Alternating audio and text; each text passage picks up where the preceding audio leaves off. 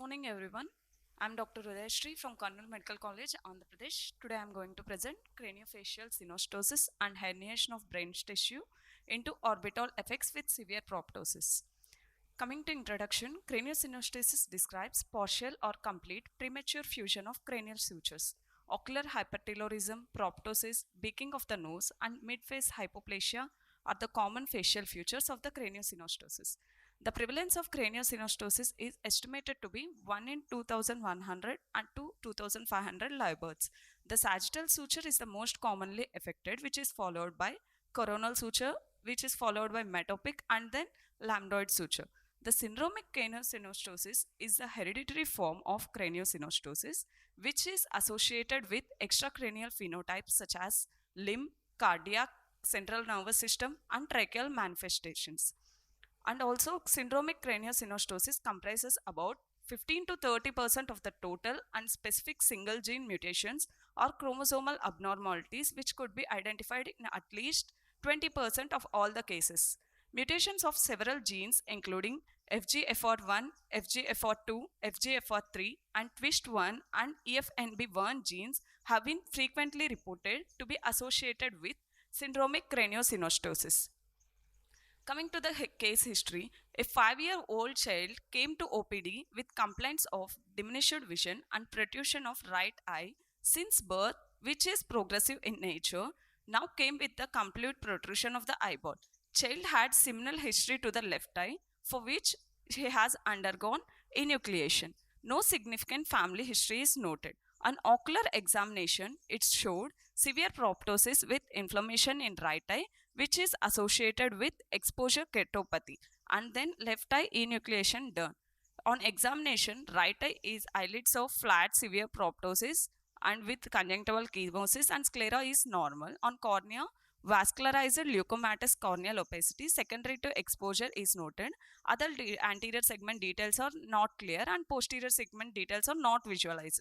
In left eye, eyelids are flat, but in conjunctiva, there is no eyeball with an ophthalmic socket with no implantation of the socket.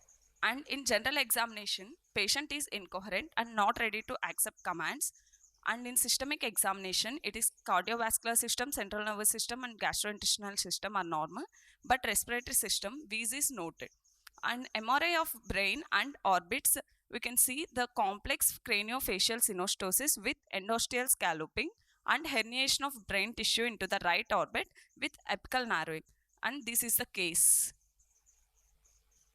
Coming to the discussion, the craniosynostosis or autosomal dominant birth defects caused by premature fusion of one or more several cranial sutures in utero, resulting in restricted skull growth and brain development, as well as a variety of other phenotypic dysmorphisms.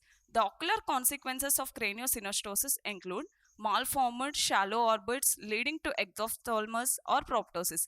These malformations can lead to vision-threatening sequelae from possible amblyopia, strabismus, exposure keratopathy, and potential optic nerve injury. Differential diagnoses include Apert syndrome, Mankey syndrome, Pfeiffer syndrome, Crozen syndrome, and also some non-syndromic craniosynostosis. Surgical management is the treatment modality of choice to curb the maldevelopment of the midface and orbits to prevent blindness and intellectual disability related to the restriction of the brain and orbital development.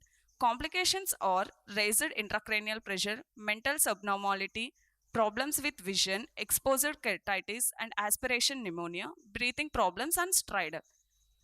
In conclusion, the management of craniosynostosis is complex and difficult and requires a team of subspecialties including pediatricians, oromaxillofacial surgeons, plastic surgeons, neurosurgeons, otolaryngology, and ophthalmologists, pediatric and oculoplastics. The nurses involved need to be specially trained to assist in recognizing complications and educating the families. An interprofessional team approach will provide the best patient outcomes.